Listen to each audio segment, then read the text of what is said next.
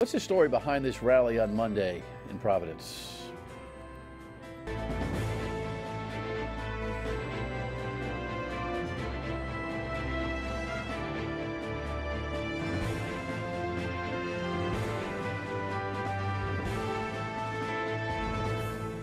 The Dan Yorke State of Mind program is brought to you in part by Lookout Rhode Island and Taco Comfort Solutions. Welcome in. Sloppy day, huh? But listen, it could have been worse. Great to have you in. We got a lot to accomplish tonight. We got a bunch of things we want to cover real quick. And then our guests are going to reflect on some of the conversation I had with Dan McGowan last evening about this midday Monday event in the Fox Point neighborhood where a lot of people were understandably up in arms about a flyer that, well, the racial under, middle, and overtone of it was despicable. But something's not right with this whole thing, and maybe my guests will be able to explain the situation. So let's get into it. Thanks for tuning in. Did I say that twice? Sometimes I do. There's no script. Here's a headline on something that kind of struck me today. Speaker right to snub the Paw Sox. This is written by David Coughlin, who's a state representative in Pawtucket. And, you know, we're all kind of the impression that the Pawtucket delegation supports this stadium project. Of course, it's destined for that Apex building if it ever does happen.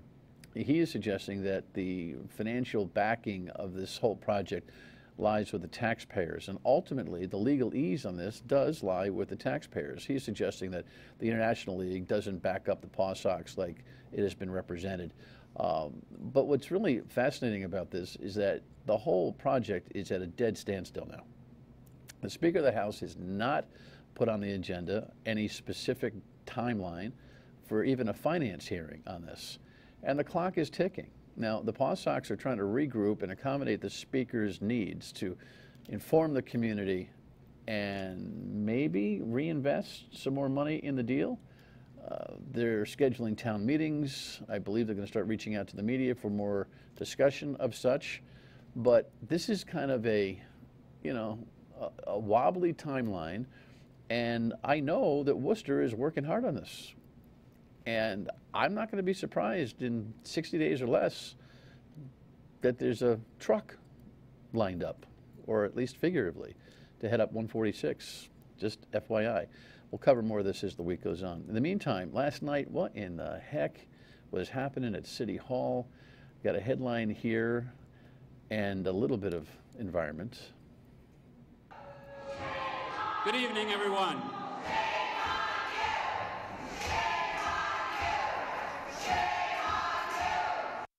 Now, you know, the mayor is scheduled for tomorrow here, and I'll preview one of the questions for him. How do you not avoid that? It's called politics.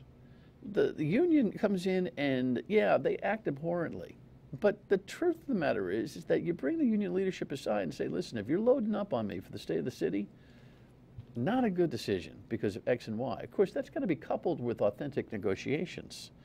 But you don't walk into that guillotine and let that happen.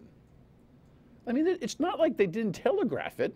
I mean, they're crawling all over the building, and they're not going to leave.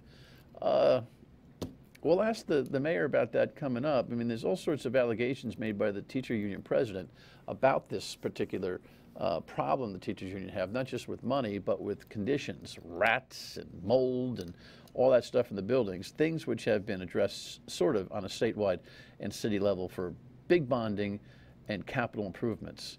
But there's a lot of disingenuous effort on both sides here. But the mayor just walks into that wall and just puts his head through it. I don't understand why. All right, here's what happened. Here's a headline on Monday afternoon's event. And here's some background from Eyewitness News.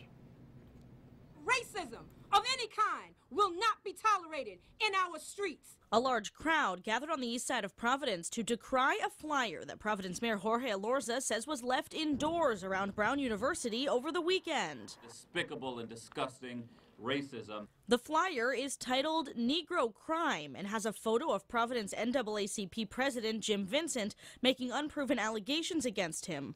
Beware If you think that a pamphlet or a flyer is going to make any difference other than bringing us more together than we've ever been before, then you are sadly mistaken. Vincent said he and Elorza initially didn't want to give the flyer more publicity when they saw photos circulating on social media, but then they saw the inside, which features photos and names of 4 local African Americans. This wasn't a personal attack. This was an attack on an entire community, Including an underage teen involved in an incident at Central High School last year, and his mother making accusations about both of them. When we looked at the inside when they were targeting 4 other people, including a minor, we felt that maybe it was a little bit too serious to kind of wish that it would just go away on its own. The message was getting around, and it's really important to let folks know that we're not going to allow hate to become normalized. Ditto. The Reverend Donald Anderson is here, and Pilar McCloud from the NAACP. You work with the youth. Yes. We've been here before. Yes, we have. And you made it a very efficient speech. It was very cold out there. I was standing about 5 feet from you. It was a minute, but it was a powerful minute. It was very nice. That's what you do when you're freezing. Yeah, exactly.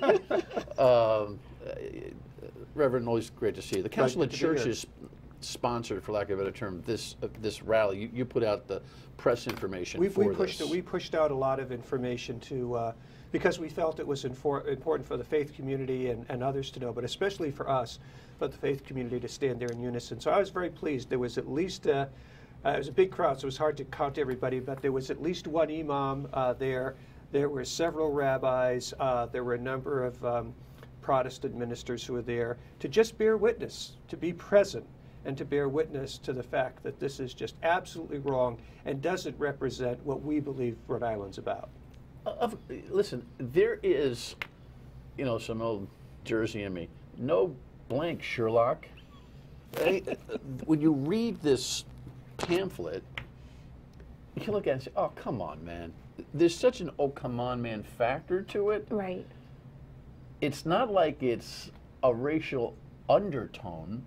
It's just bad stuff from somebody or somebodies who are smart enough to know what's going on in the city on a couple of different fronts. Targeting the NAACP leader for some of the stuff that's kind of been in the news. Financial arguments have been made about the NAACP. In fact, we had some people here last year who were making that argument.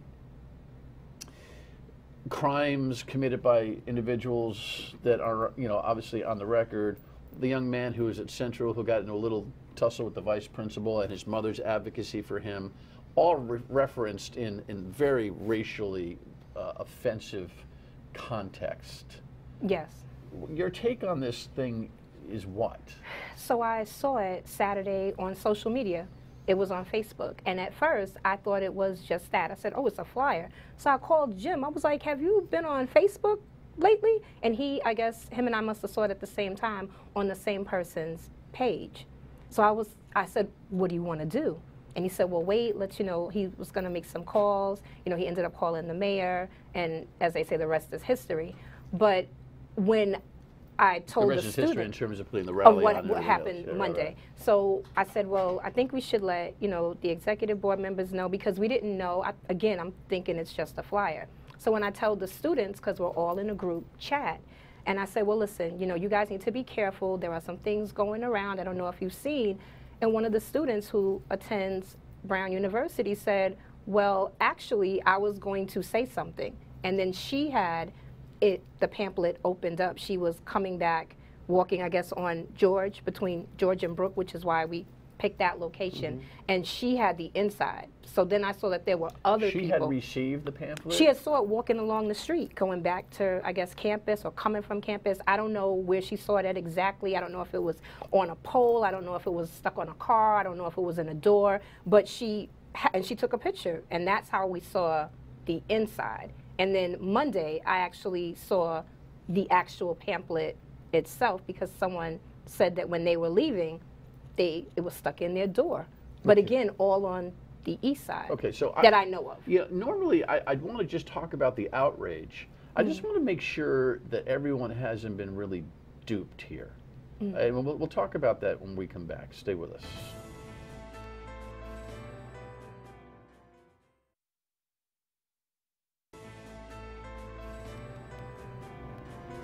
Again, the headline from dirtypri.com on this event on Monday, in response to just a disgraceful show of racism on the part of whoever wrote this thing.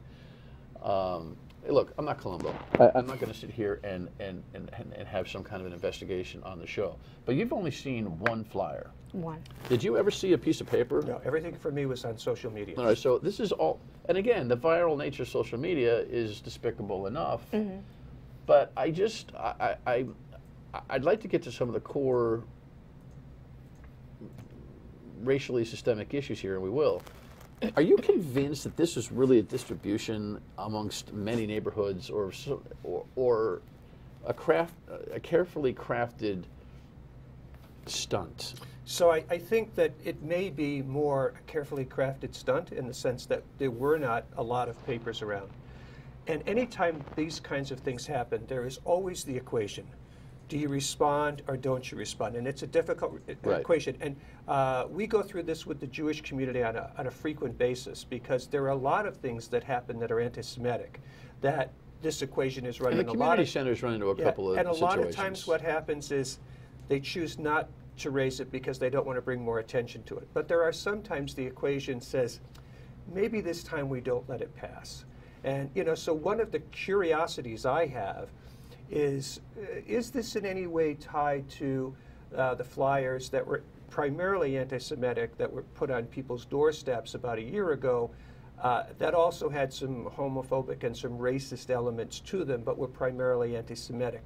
I'm wondering if there is a person or a small group of persons, and that, you know, did the format reflect any common ground? Well, it had that pictures common and a nature, narrative, you know, and was homegrown, and the same general area. So, you know, you just wonder. I mean, I have no proof of anything. I'm far from Columbo too, but it does make you wonder. And for me, the reason I think, Dan, we wanted to get involved in this was because there's so much outrageous statements being made today that my sense is a lot of people are becoming anesthetized to this particular type of stuff. They're getting used to hearing racist statements and other things, you know, especially from some of our leadership. And I talk to people, especially in the suburbs where I live, and people just, so it's happening. But there's a cumulative nature here that I find a little concerning. Mm. Yeah, I know I'm not reaching you, but it's but I am concerned about the pamphlet itself, whether it's virally distributed or actually ended up in you know, mailboxes or in front doors, which I don't think it did. I don't see the evidence of that. Is so above the bar. Yeah, and we did not. I mean, you can't equate this to Trump, and I mean the mayor did, and Trump's tone has spoken for itself, and I agree, it hasn't helped race relations in this country at all, right? No. But this thing is a way. I mean, this goes into shock factor. I mean, you look at this and say, "Oh my God, don't say that. Oh, come on, stop, knock it off." Even the use of the term Negro is a little old, and it's not nostalgic by any stretch. The reason why myself and some of the young people that showed up, we wanted to get involved was because they asked. You know, we were in a group chat, and they was like, so what are we gonna do? What are we gonna say? Are we not going to say anything? And for a lot of them who are in higher learning, so they're in colleges, you know, different schools throughout the state, they have these issues in their classrooms. You know, people make comments all the time, and as soon as they say, you know, that was a little racially offensive. Oh, I was only joking. I was only kidding. But at some point, if I'm making a joke and you're not laughing, then maybe I shouldn't keep making the same jokes, especially if it has this underlying tone but that I might be. This pamphlet isn't a social mistake. No. This isn't a conversational mistake. Oh, I went too far. Oh, geez, I thought I could use the N-word. You do. Yeah, that's not what this is. No, not at all. This is right out the box. This is somebody who's got a point of view. Yep. And who has enough current events acumen to be able to tie that point of view to a current events acumen. It causes me to I don't know, maybe I'm a little down on the overall acumen of the general public, all due respect to you, in terms of just being able to account for 4 or 5 different things going on in the city, format something like that, and put it out.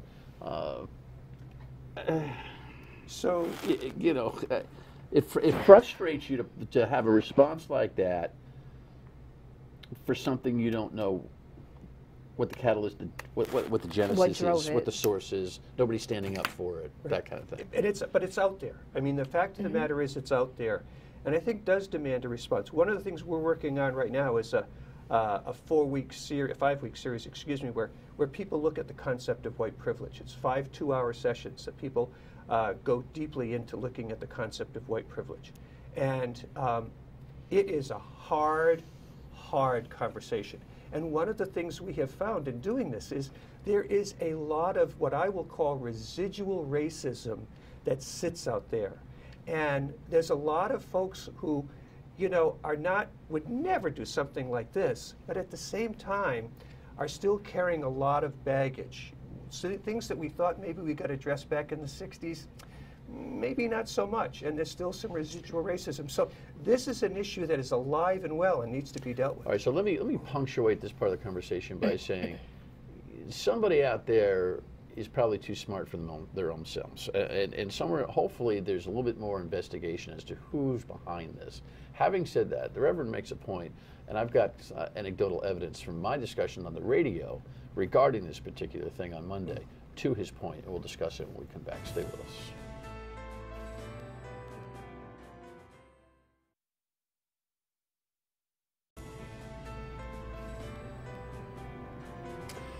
So, to the Reverend's point, if you just tuned in, we're talking about the response to this awful flyer that was distributed either in the streets or online that targeted the head of the NAACP and members of the community, criminals, and a young kid who got jammed up in a fight in Central High School. I think actually the play-by-play of it's immaterial. It's the tone. It's what was trying to be accomplished.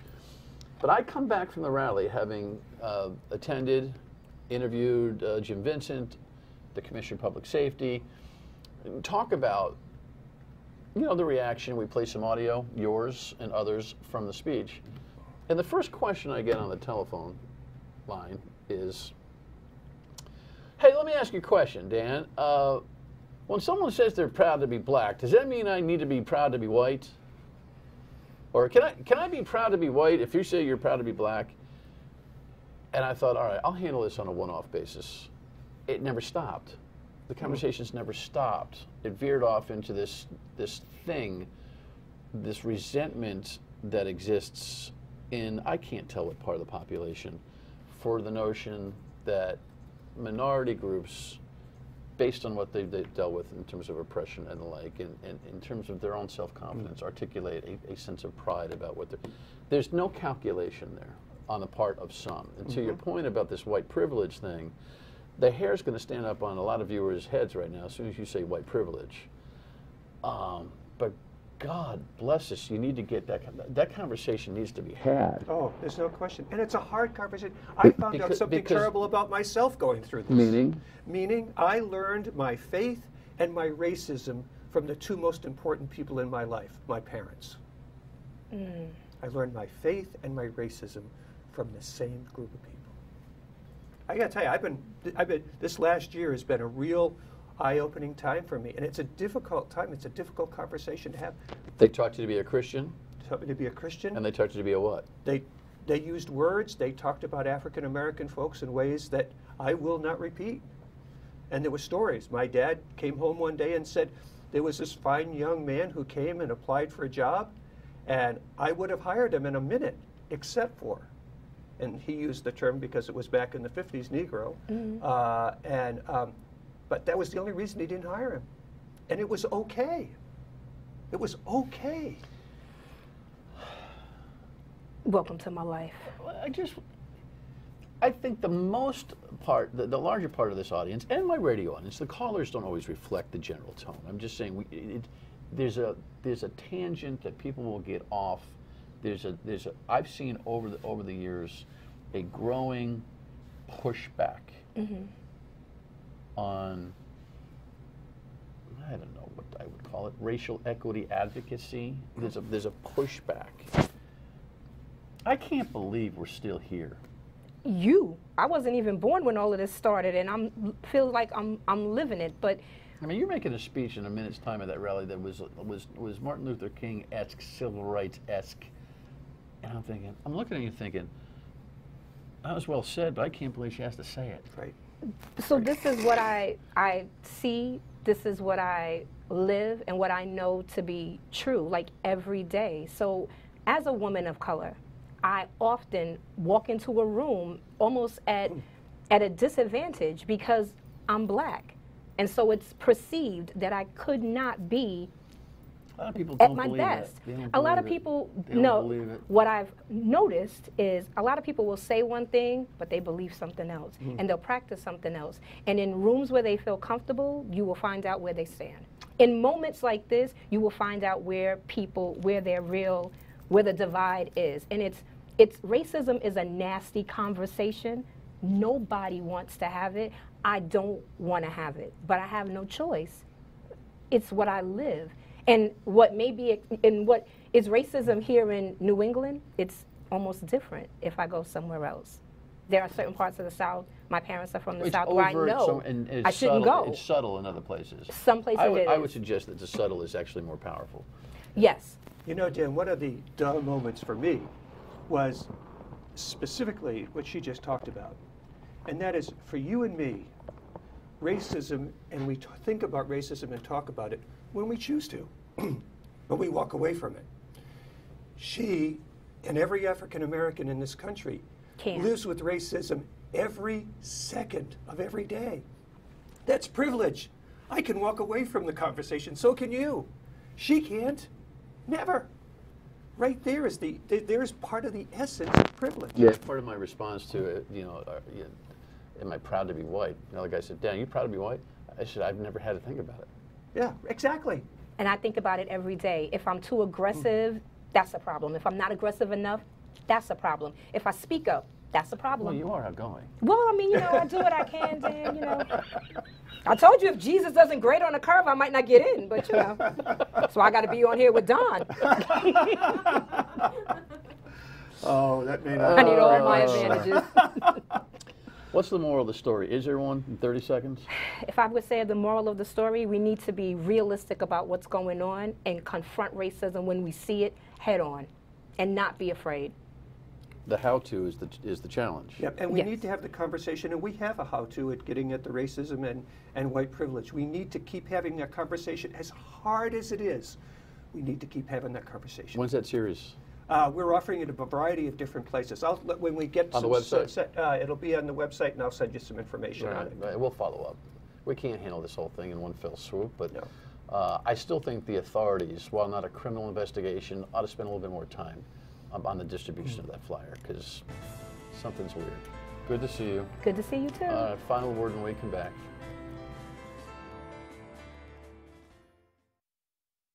So Mayor Lorza is scheduled to come here tomorrow night. We'll ask about the state of the city.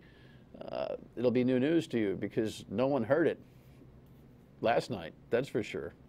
And we'll see you on the radio at 3 o'clock on WPRO as well. It's always a pleasure. Thanks.